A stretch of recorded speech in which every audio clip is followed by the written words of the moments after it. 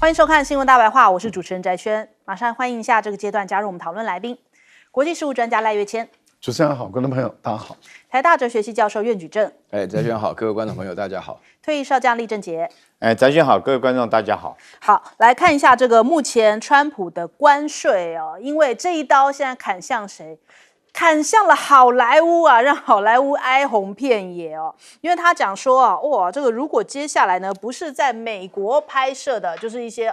算是进口式的电影啊，也要这个加征关税哦。那结果哇，好莱坞反弹非常的大，因为就是在美国这边拍片成本很高，所以很多的大作都已经移往其他地方来拍摄。那好莱坞这样的哀鸿遍野，白宫赶快讲说还没做最后决定啊。那我们看这个牛弹琴，他就讲说在全世界的眼中，其实好莱坞一直都很强势哦。光是2023年，美国电影出口额就达到了226亿美元，其中153亿是顺差哦。所以为什么美国电影外流？其实就是因为好莱坞成本太高啦。你看，像《阿凡达》选在纽西兰拍摄，《复仇者联盟4》在英国取景哦。那川普这100%的关税，其实也就是针对像是英国、加拿大、澳洲、纽西兰等这些西方国家，尤其是盎格鲁撒克逊的国家哦，所以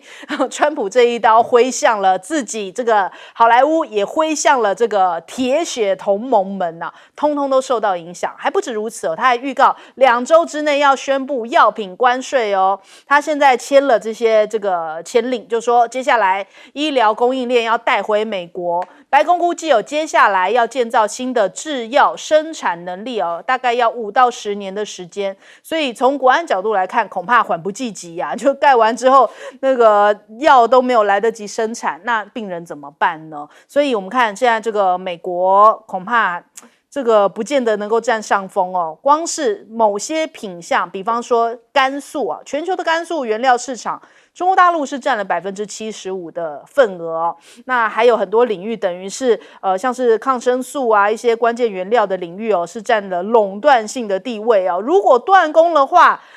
这该怎么办呢？美国试图想要把这个供应链移往印度哦，但是现实层面来说的话，你就算移往印度，印度的原料也是有40%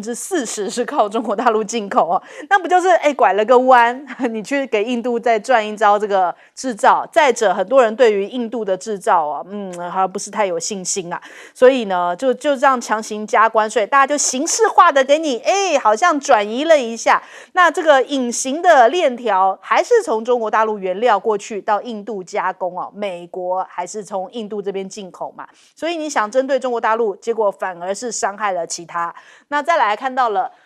现在面对到川普对于中国大陆加征145%的关税哦。印度呢，他们现在的因应是怎么样？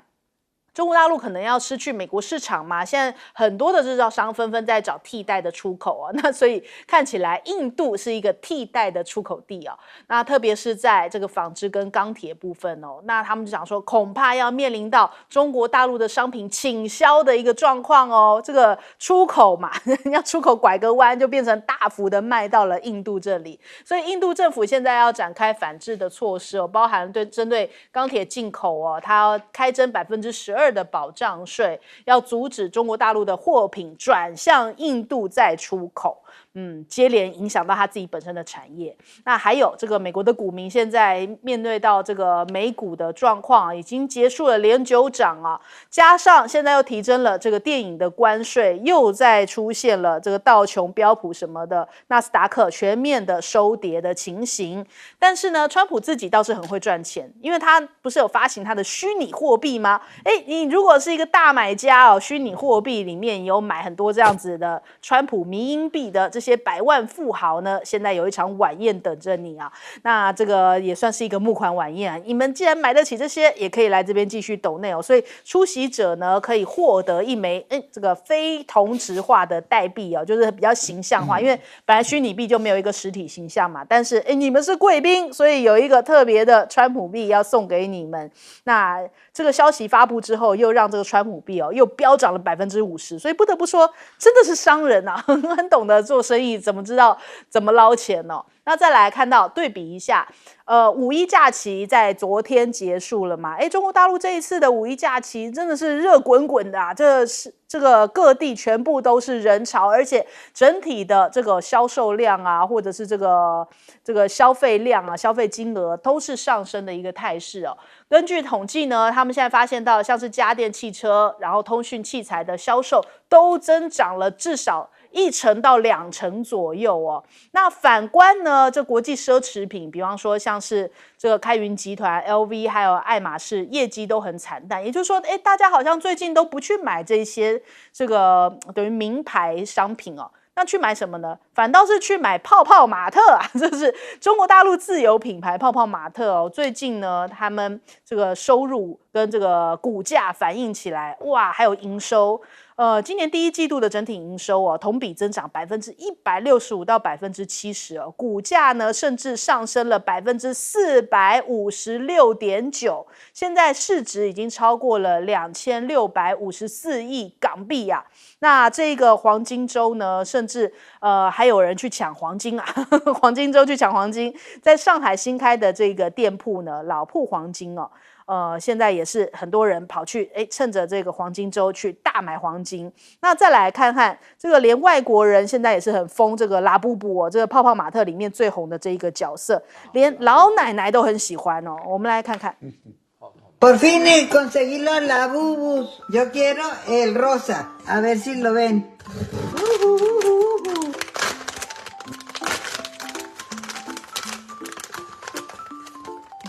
Ay, me salió el otro verdecito. Mira qué bonito. 好，他抽到了绿色拉布布之外呢，他还有抽到他最想要的粉红色拉布布，但是因为他抽了好几只啊，我们就稍微示意一下。那这个是这个马卡龙系列，也是这个第一波最热销的系列哦。所以中国大陆现在这么夯的这种 IP 产品哦，美国还想要跟中国大陆的经济挂钩脱钩吗？恐怕很难哦。我们来问一下赖老师。我觉得川普对于好莱坞下手那个真的是他已经有点疯狂了。他认为说关税就是一切，而且他已经变成有点迷信的一个状态。为什么？美国的好莱坞或者美国的电影电视的制作，他们是属于服务贸易的。服务贸易原本的税不高的而且美国在服务贸易这个部分，长期以来都是大赚全世界的钱。它事实上跟英国的跟欧洲的贸易在商品贸易欧洲人赚了大概美国人2000多亿。可是，在服务贸易，美国人赚的，欧洲人也是2000多亿。所以中间一差价的话，那欧洲跟美国的贸易额就差不到500亿美元了。所以欧洲为什么会愿意拿出500亿，说这个来平衡贸易逆差，就是因为你在服务贸易方面赚我很多钱。这第一个。第二个，服务贸易的税不高，可是服务贸易的成本是比它低的。那服务的贸易的税不高，成本低，然后利润这么大的话，为什么税那么低？因为美国在服务贸易是居优先领先的地位，所以由它来主导这个税率，由它来主导税率。所以过去长期以来，美国都在这个部分赚钱。例如说我们在台湾，你只要你开电视，你看到了美国的连续剧、偶像剧，或者是他们的这各种都是属于服务贸易。现在他如果对于进口的电影都要课税的话，因为他目前考虑对进口的电影要课税，那世界各国对你的好莱坞、对你美国的电视影集也会课税了，这就是又是一个问题了。第二个呢，就是规定好莱坞，因为他最在意的是好莱坞怎么可以跑到别的地方去拍摄，只能在美国拍摄。可是如果你只能在美国拍摄的话，你要搭虚拟景，那个成本有多高？假设我今天要在伦敦拍我是要拍一个这个不可能的任务。然后要一个汤姆克鲁斯又要开始跑屋顶了，那这次打算跑这个大敏寺的屋顶，那我到实景去拍都可以嘛，或者是我用虚拟棚都可以，但是问题就在于你如果说你今天要复制一个伦敦，那你要把它在好莱坞那边复制一个，也就是以后阿汤哥只能在美国出任务，对，不能到其他不能够到英国国去出任务了也不能够到这个义乌吧到乌镇对，都不能去了。那我觉得这个对好莱坞来讲的话，那谁还看啊？就是你的电影就变成太单一性，而且他修理的对象竟然都是五眼联盟。这个才让五眼联盟跳脚啊！澳大利亚为什么会在这个有关于动画这个部分发展得很成熟？其实有一大部分是得力于台湾的，因为台湾的动画能力是非常强的，但是因为台湾的市场太小，然后又不愿意拥抱中国大陆。因为如果我们当时跟中国大陆拥抱的话，我想哪吒1、哪吒2，台湾早就可能都是参与其中的一个重要，而且我们的公司可能已经被壮大到很大了，但是结果没有啊，没有的情形下怎么办？往澳大利亚跑，也就是澳大利亚后来在动画这个部分，虚拟摄影棚，他们为什么会很发达？其实有很大的人才是来自于台湾。我觉得目前这个川普本身已经到疯狂的一个地步了。好，来请教苑老师。我坦白跟大家讲啊，川普针对于这个好莱坞拍电影啊，根本就是他的大阴谋了啊！我跟大家讲，绝对是的，因为我们讲到过去，我从小喜欢看美国的西部片，你知道美国西部片克林伊斯威特那西部片都在意大利拍的，啊。另外的话呢，大家在现在的话呢，我们看到一大堆电影哈，你比如说我讲了这个魔戒啊，魔戒的作者是英国人的话呢，在魔戒里面讲的话，全部都是英国的题材啊。基本上的话呢，大家都讲英文。为什么会这个现象？就是因为好莱坞的文化已经是全球化文化的代表，根本就是全世界的啊。然后的话呢，那未来的话呢，这个川普最反对什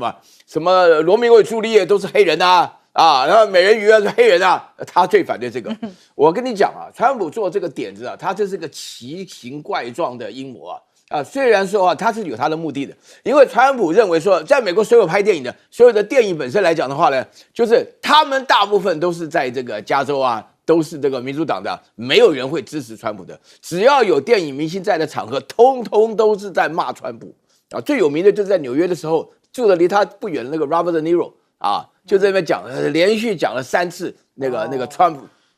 Trump F。就讲了3次。那明星化呢，基本上川普就是故意搞这一套。因为我昨天马上就看了 BBC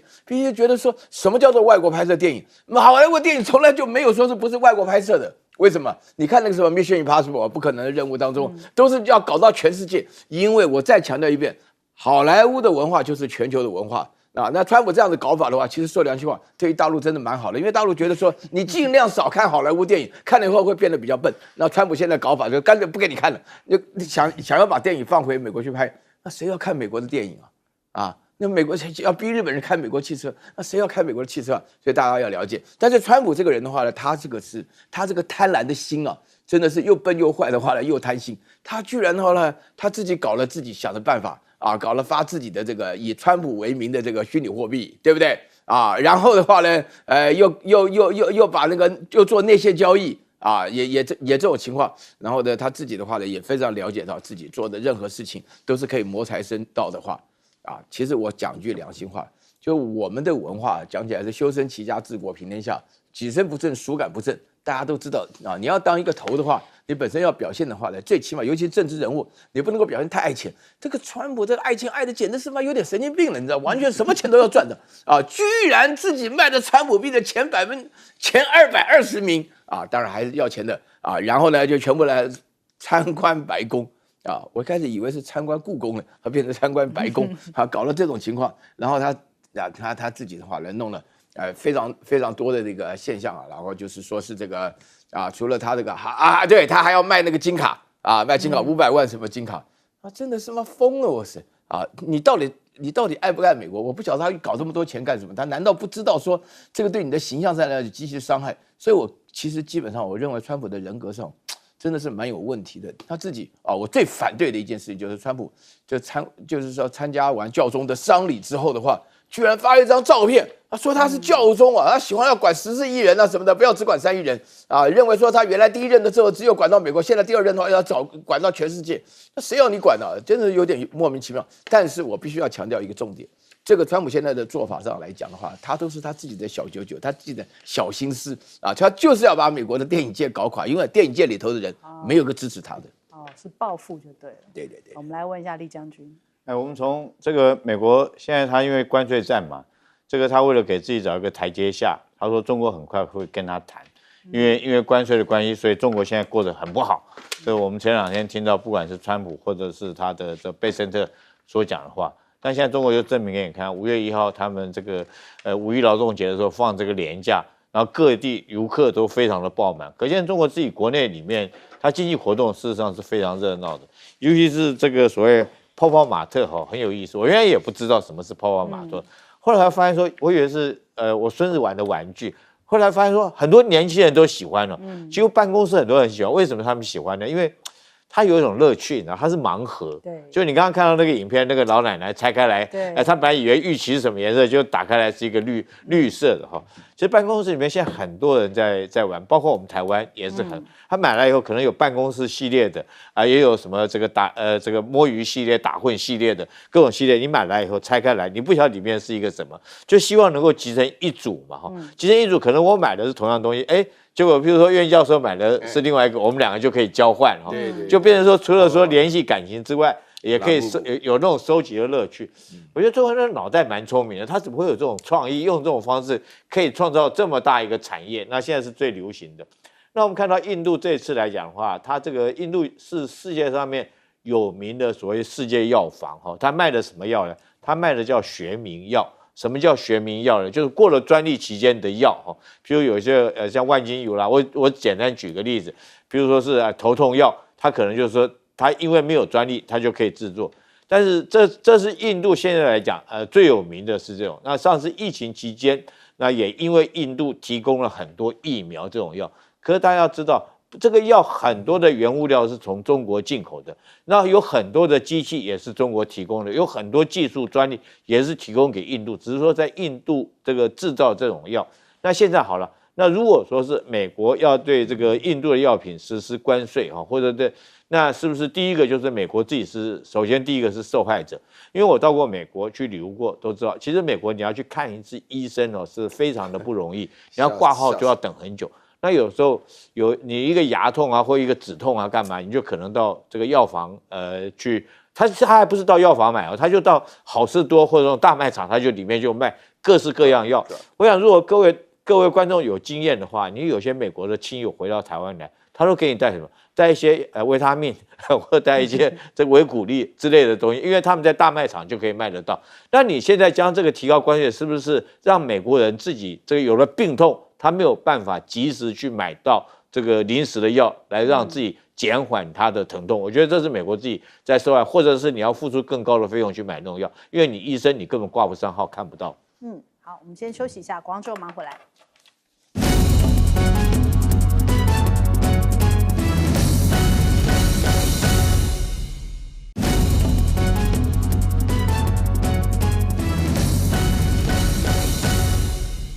好，我们来看一下这个川普突然秀肌肉怎么说呢？首先看一下这个贝森特的讲法，他说川普救经济有3招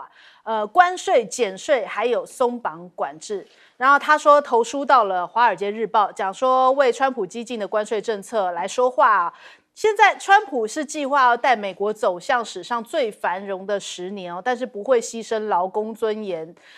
但是呢，美国现在要透过3个步骤，也就是关税减税实施这些管制松绑那这真的能够做得到吗？那看一下这个潘斯他现在公开批评，他说美国的经济即将要面临来价格的冲击还有潜在的短缺。那美国人呢，现在面临到这个状况，并就是美国一定会反弹啦，这对于美国人来说并不是一件好事你这样不分朋友敌人一视同仁的征收关税其实会引起反弹的。那还有这个川普呢，现在还下令要重启恶魔岛的监狱关押最残暴的罪犯。他说呢，这些犯罪分子没有任何的贡献所以要把这个恶魔岛重新再开启。因为他说这些犯罪分子荼毒美国太久了所以要把他们给关起来。那另外这个川普所谓的秀肌肉是什么呢？最近我们看到他说，因为6月份他要过生日了嘛，突然要举行大型的阅兵动员6600位士兵还有坦克150辆车，50架直升机这样大操大办人家讲说可能是因为看到中俄接下来要进行阅兵了。那因为这个5月7号到5月10号，普京邀请了中国国家主席习近平要访问莫斯科4天，要参加俄罗斯胜利日80周年哦，这也是两人1年来第4度见面哦，还要看阅兵大典啊，所以是不是让川普有一点眼红了？就说哦，你们关系那么好，而且好像他发现到说最近哦这个阅兵的画面哦很吸睛，是不是可以展现一国的这个兵力的这个强盛？所以他也想要效仿一下。那所以在这个时间点，他突然就说他生日也要举办这样的阅兵仪式。那普京讲到啊，这一次的见面，其实中俄关系深化可以增强全球的稳定性。他25年前就已经注意到经济增长中心正在往这个亚太地区转移，因此决定要发展跟中国大陆的关系哦。克宫也表示呢，两国领袖除了一起参加胜利日之外呢，还会进一步这个发展全面的伙伴关系，还有战略合作关系哦。所以要签署多份的双边文件。那这样的一个互动，川普恐怕是醋溜溜的哦，这个促进要大发的哦。因为他说呢，看到了这个两国中俄之间的互动，其实川普都密切在观察着、监视着。那这个普京也讲，两国关系会有这么深刻的战略特征，是为什么呢？首先就是中俄双方的国家利益是契合的。那再者，我们来看一下最近大家在这个微博上面好像发现到说解放军的这些仪队不断的在这个国际的舞台上面很出圈哦，先是越南，然后再来是到了俄罗斯，现在又到了白俄罗斯哦。那所以现在中俄现在目前包含了俄罗斯的仪队、白俄罗斯仪队跟越南的仪队，在相比之下，其实解放军这个气势完全不输，因此在国内外的讨论非常的高啊。那普京也说看重这个中俄的关系，所以这一次就邀请这个解放军能够仗仪队这样子一起来俄罗斯这边进行这个阅兵活动。那我们来看看这相关的画面哦。这个当解放军的仗仪队到达莫斯科的时候，引发了非常热烈的欢呼啊，在莫斯科的红场亮相。然后他们就说：“哇，这个整齐划一的步伐，加上这个笔挺的队列哦，像是一个行走的标尺一般啊，这么的整齐划一，也让这个俄罗斯的媒体大肆报道，俄罗斯的民众也是看的就这样子哇。”频频称赞，甚至呢，连还有其他国的这些军人也争相要跟这个中国牌面来合影啊，就觉得说哇，看到这个解放军的实力以及这样子整齐划一的这个展现就足以显示出来现在目前中国的国力之强啊。那更不用说前一阵子因为到了越南，把越南的女孩子给迷疯啦，甚至还狂喊老公哦。我们来看看。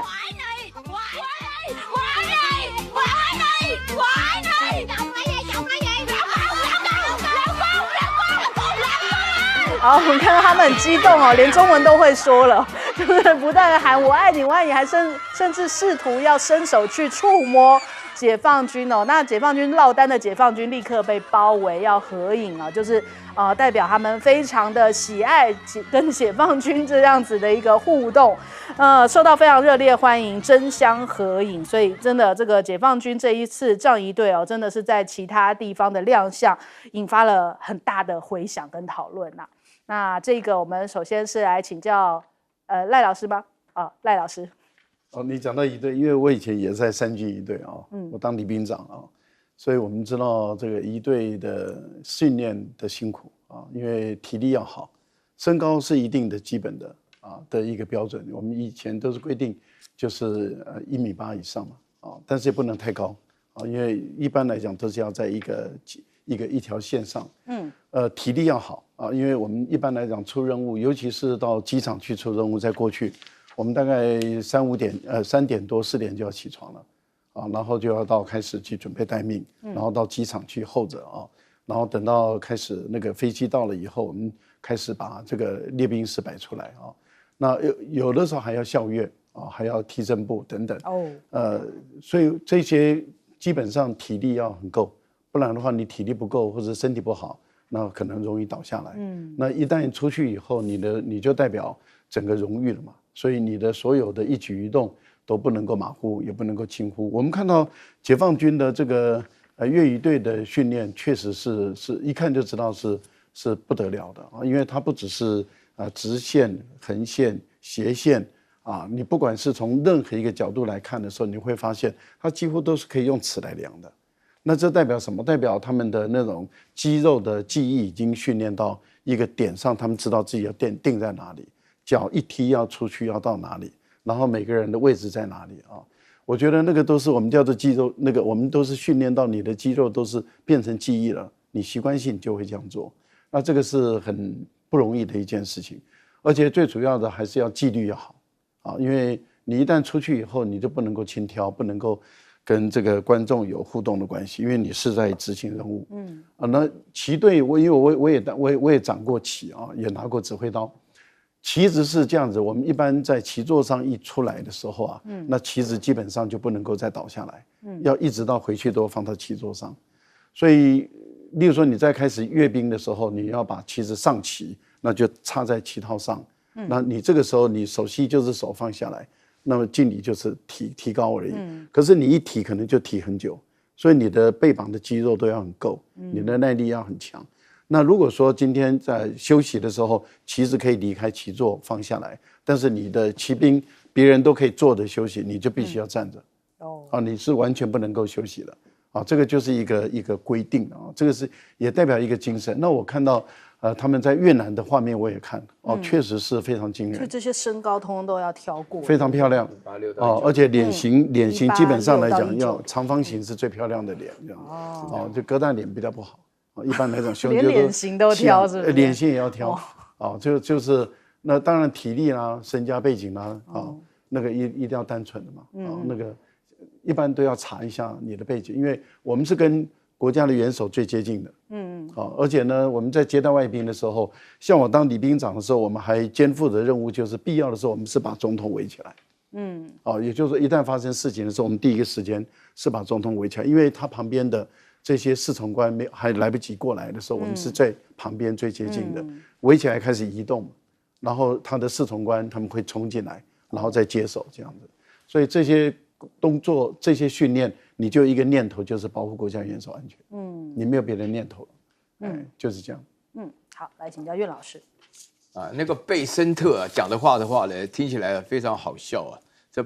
有10年的繁荣啊！如果没有川普在乱搞的话，应该有20年可以维持下去啊！你把20年的问题拖到现在，你基本上是打了对折啊。那个 Mark Pence 是这个川普第一任的时候的副总统啊，他就会发觉川普根本在乱搞啊。但是这个都不重要，最重要的是啊，大家现在要了解，5月9号的时候，那个俄罗斯的阅兵啊，他们是为了这个卫国战争胜利80年纪念。对普丁来讲的话呢，这个是非常重要的。第一个的话呢，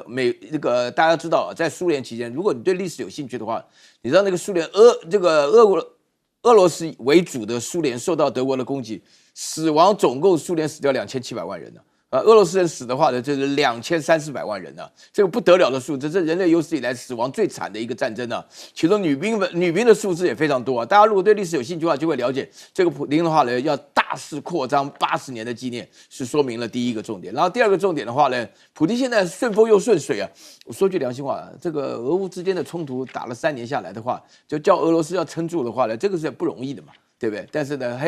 川普上来了，川普上来以后呢，处处对普丁示好，然后呢说普丁呢受害啊，泽连斯基侵略啊，大家都非常惊讶啊。事实上我讲起来的话，我自己都很惊讶。但是这里头呢，有人记者就问到川普啊，说你为什么要对普丁这么好？那川普的居然大嘴巴，他说出来他心里的想法，就是说俄乌之间的关系的话呢，结束以后，我们可以腾出手来对付中国。好了，现在刚好5月9号。这个习主席也到了也到了莫斯科，也到了明斯克，也到了白俄罗斯啊。那在越南的话呢，这里头当中的话呢，除了要表现出中俄之间的背靠背的关系之外，那没有什么发展的上限。他们会谈了非常多的事情，借这个机会。以往见面的时候的话呢，都没有这次来的正式，这是因为他们的卫国战争胜利80年纪念。那另外的话，我觉得大家就是说刚刚我听到我们。这个赖老师在这边讲啊，这个当着我自己看了1队的时候，哇，我一看到那个越南人老公往这边乱喊的，你知道吗？所以我就感觉到啊，这个确实是雄赳赳啊，这个非常非常的这个气壮山河的感觉。我觉得这里头大家不是单纯要看阅兵而已，大家会看到整个中国的话呢，它不掖着不藏着啊，厚积要薄发啊，韬光养晦的时间可能到了一个阶段，这时候要展示出来。因为大家刚刚我们主持人也讲了，这个很明显的展示出来，你这个仪队上虽然是一个代表性的，但是它里面能够挑出这么多人的话呢，表示他的部队啊、军事啊各方面的力量非常强啊。那这也是阅兵主要的目的。那川普看了当然很吃味啊，对不对？他自己觉得哇，我也要当啊，他搞到6月10号6月14号川普的生日，他也要来阅兵。但是美国没有这个传统啊，美国就只有说获得极大的胜利以后才游戏啊。美国阅兵就是不太能看，就走在那儿啊，跟这里面训练情况不太一样啊，不太一样。到时候我们拭目以待，看看会看到什么。对，拭目以待，拭目以待。来，将军。翟轩，我问你一个问题哦，你认为那一个方阵有多少个人？大概有1个人吧。初步这样看，你预估人数有多少？好几百吧。120啊，好几百人了。500。为什么呢？因为那年我们国庆阅兵的时候，一个正面就20个人排成一排，25排，总共一个正面是500个人。500个人，对通通185以上。然后你这个你想想看，186到不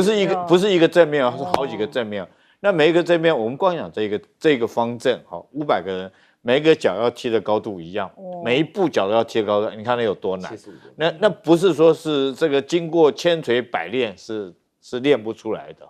因为你不只是脚的高度，连枪的高度，连他们是持枪嘛，你想想看那个枪正步的时候，一定是这个人可以动，可是枪绝对不可以动。你永远一看那个枪从开始到结束到枪放下。之前枪是完全不动的，那你人的肌肉要多强？我记得那年我们去参加阅兵来讲的话，这个第一件动作当然就是立正不动姿势，在太阳底下带着钢盔站1个钟头。第二个就是端枪跑5000公尺，这个肩枪了，肩着枪跑5000，你要有这种体力，你才可以有资格去上阅兵场，不然你要中间昏倒一半或者脚软，你看多难看啊！对不对？第二个来讲的话，今年是阅兵季，今年来讲阅兵年了。我们先看到，先是俄罗斯的阅兵5月9号，然后这个美国也搞这一趟，对，6月14号，然后紧接着是这个中国大陆大概在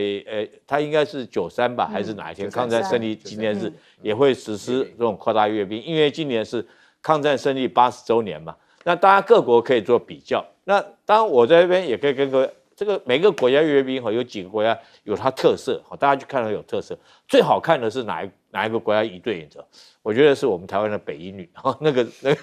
又漂亮，这个动作又精实，最好看。跳动，那不算部队啊。再来，我觉得有特色什么是朝鲜？朝鲜特色是什么？它朝鲜特色是弹簧腿。你看它踢起来的时候是一步一步跟个弹簧一样，这边蹦蹦蹦。俄罗斯的阅兵特色是什么呢？我们到时候看就知道，就是她那个女孩子头向上仰45度，然后对着你微笑啊，那个微笑非常的迷人啊！大家去看俄罗斯的阅兵，你都在看，他男生也微笑哦，他戴的是绝对是头上向上仰，然后带着微笑。然后再来我讲，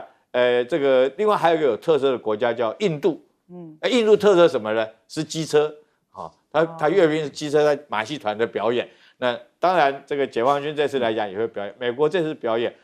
阅兵我们也可以看一下，因为阅兵你从动作里面训练的过程，你就知道这个士气在什么地方。你经过这么千锤百炼的训练来讲的话，你才练得出来。那代表什么？背后代表的是一个军队的士气，他愿意接受这么辛苦的训练，才训练得出来。好，我们先休息一下，广告之后马上回来。那走在那边。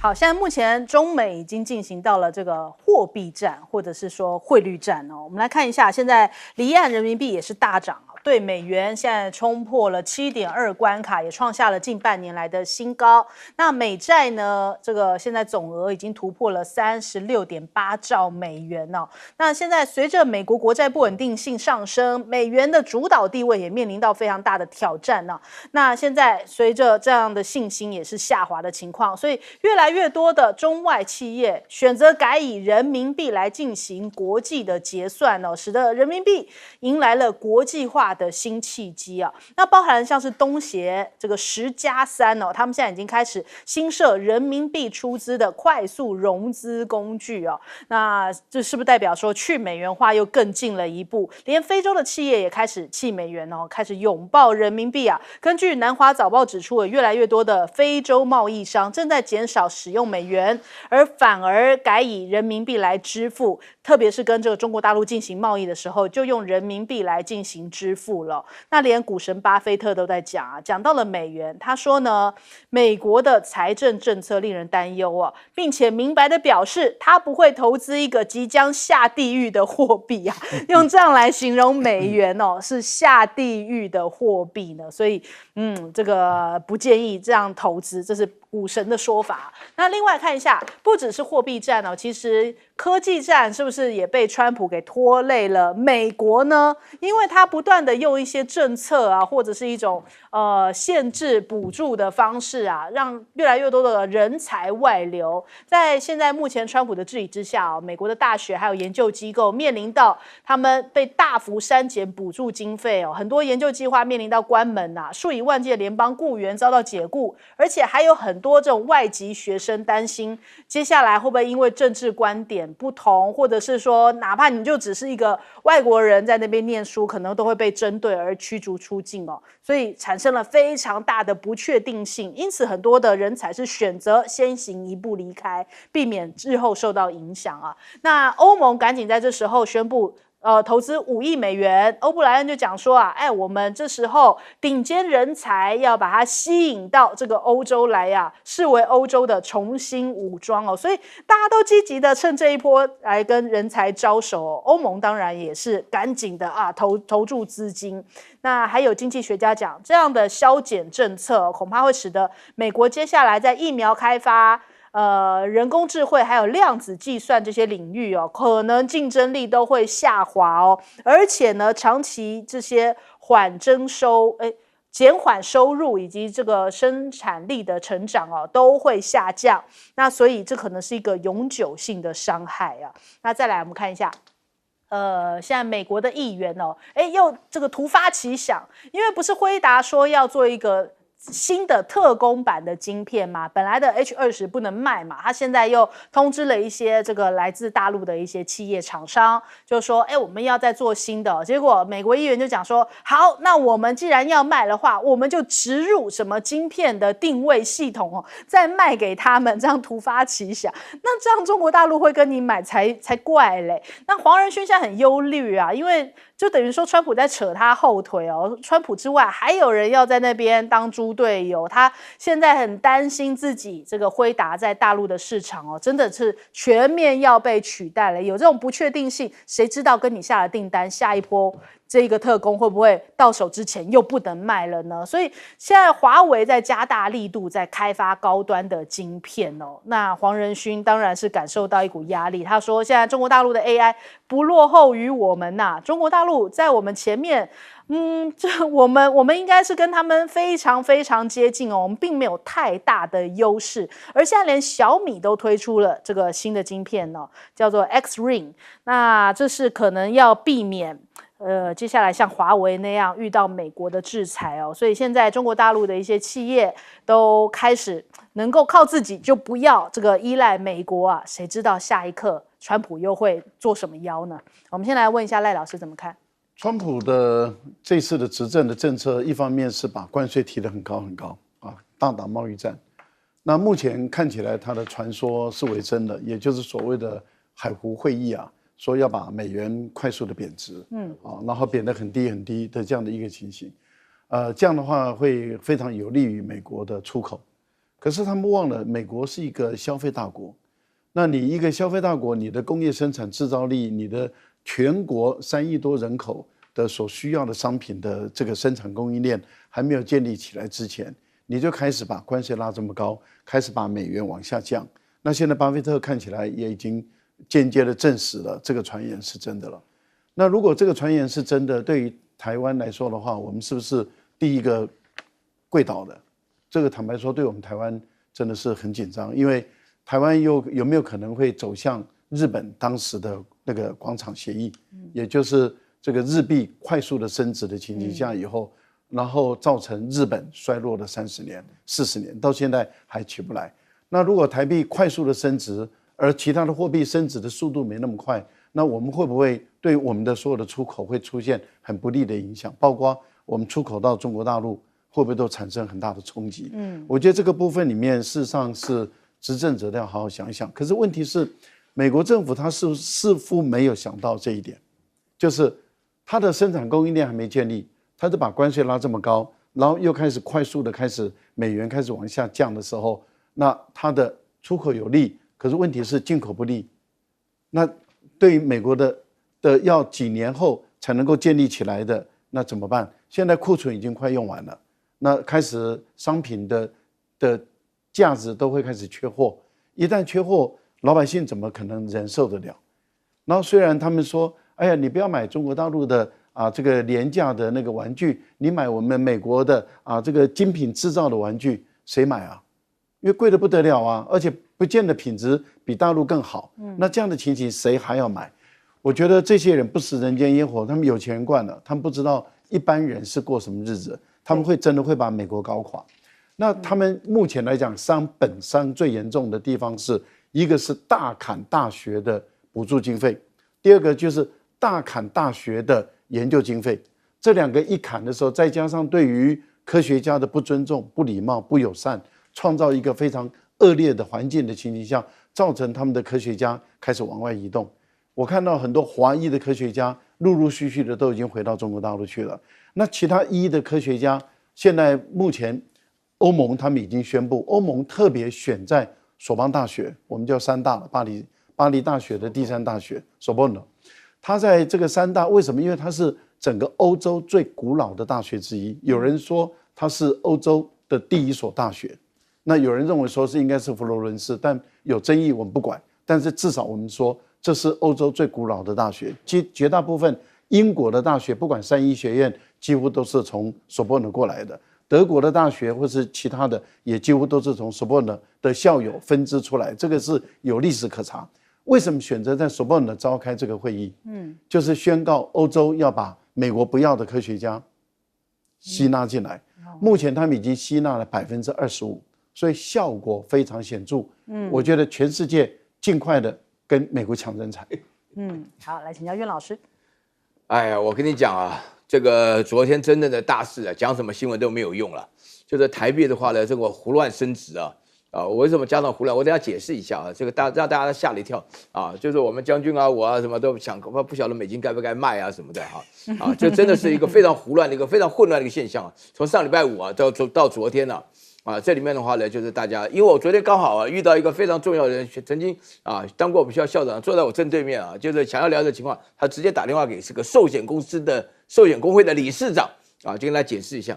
他的解释的话，我觉得答案非常好了，有3个原因第一个原因的话呢，就是巴菲特讲的那句话嘛，就美元要到地狱去所以美元会贬值嘛。那这个话它本身世界上有影响，他分析的很有道理。要退休之前人之将亡，其民也哀就是说他基本上把这个美国这个情况说得很清楚看好日本，不看好美国，这是第一个原因。第二个原因的话，其实的话呢，这个台湾本身因为加大对台湾的这个晶片的购买什么的就是说台湾本身出口旺盛，但是是单一的。就这种情况。还有第3个的话呢，我自己坦白讲这个过去的4、5年来应该不到5年吧，在4年多吧，所有人都会觉得你不买美金是傻瓜台币没有利息，跟日元道理是一样的。那美元的利息越来越高，越来越高，大家很多人在讲，这到底4还是5的话呢？那美元的话呢，你赚2次就是说一个的话就是赚到利息，另外一个赚到美元一再不断升值，所以说大家都说。那这里头当中最严重的话，就我刚刚前面讲几个因素合在一起的话，台湾一直赚了很多的外汇嘛，占到了我们 GDP 的5%、7%吧，就是说都是用美元计价的。所以在他们这个美元当中，寿险公司就直接买了美债来做他们的这个调控。这个调控结果的话，他们的付钱的话付钱基本上是付台币的。所以这下子一看到的话，美元贬值的话，一有这消息出来，所有的寿险公司大家集体的就买入台币的话呢，构成了美元大幅的贬值。一般来讲的汇率波动如果超过2%就已经不得了。你知道我们昨天的波动最大的时候几乎到达10%，最后结果的话呢，2天合起来到了6%。这里面的话呢，说明了一个非常非常严重的现象。为什么严重现象？就是因为我们的股市是下跌的。照理说，你台币的升值的话，应该是股市升值，人家看着股市为什么下跌？因为你所有的金融企业啊，还有中小企业啊，尤其是台中的金巨基啊什么的，他们马上就觉得喊不下，因为这个升得太快，而且这个升值的台币的升值是一个趋势，那因此断定啊，就是说是台湾这边极有可能发生金融的危机了。啊，我们不要说是这一定，为什么呢？因为你这个升值的话，掌控的不容易，所以今天的话呢，中央银行啊，因为照理说的话呢，要掌控，因为香港那边、大陆那边的话，也都在人民币跟港币都在升值的话呢，他们这个所谓的中央银行就会有调控嘛，对不对？如果你卖出港币的话呢，就是会使得这个美元的这个整个这个升值不会贬值不会那么严重。那么现在的话呢，我们中央银行呢昨天没有做这样子的明显的动作，那刚好这个大家想一想了哈，我们没有资格讲。那个郑丽君人刚好在美国，就在谈美国的这个贸易的问题，所以大家一看的话呢，啊，所有人都懂，我讲的道理非常浅显，大家都发觉说，哇，不得了，那台湾到了未来，我们的明天在哪里啊？这个大家好好想一下，你讲其他讲的没有用，但是这个汇率确实是非常明显的。好，请教将军。其实美元之所以可以维持它的霸权，原来刚开始它是跟黄金挂钩嘛，后来它是跟石油挂钩，对不对？好，你假如说不用我美元交易来买卖石油来讲，我就打你。所以最明显一个国家叫伊拉克，那时候海珊那时候被这个美国国务卿在国会在联合国大会上面拿一罐洗衣粉，那就为什么要去打他？因为他不用美元交易这个石油，所以美军就去打他，然后甚至把他吊死。那就看到他霸道。那现在来讲的话，美元跟什么挂钩呢？他希望跟他的科技挂钩，我利用我的科技来那个，所以他科技必须要保持在领先的状态，他才可以让他美元维持在世界霸权。但是很遗憾的，现在来讲的话，你用小院高墙的方式，你自己将自己筑起来，你逼着中国非要去发展自己在科技方面的专业。那我们知道，所谓科技产业，我们几个最简单的，像辉达它是设计晶片的然后它设计完晶片交给谁来生产的？交给台积电来生产，然后这个晶片再交给下游的公司去做运用。那这个公司叫做 DeepSeek 那 DeepSeek 在今年年初过年的时候，横空出世，冒出一个 R1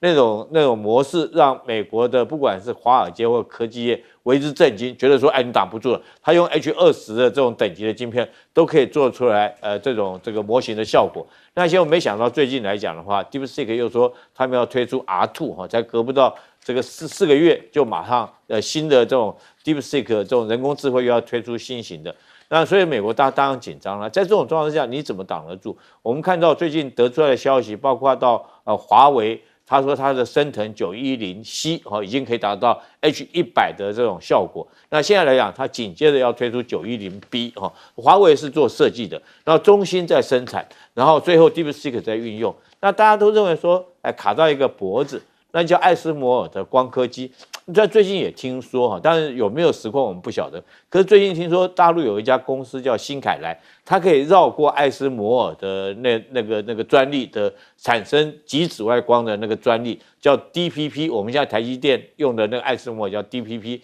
那种技术，它可以绕过这种技术，叫用 LPP 的这种专利，就绕过你的专利，生产出来极紫外光机。但新凯莱如果能够做出这种极紫外光机，然后提供给中兴生产这晶片，那华为可以设计。然后如果说是下游来讲，梁文辉他那个公司，他可以在 AI 大数据上面有新的这种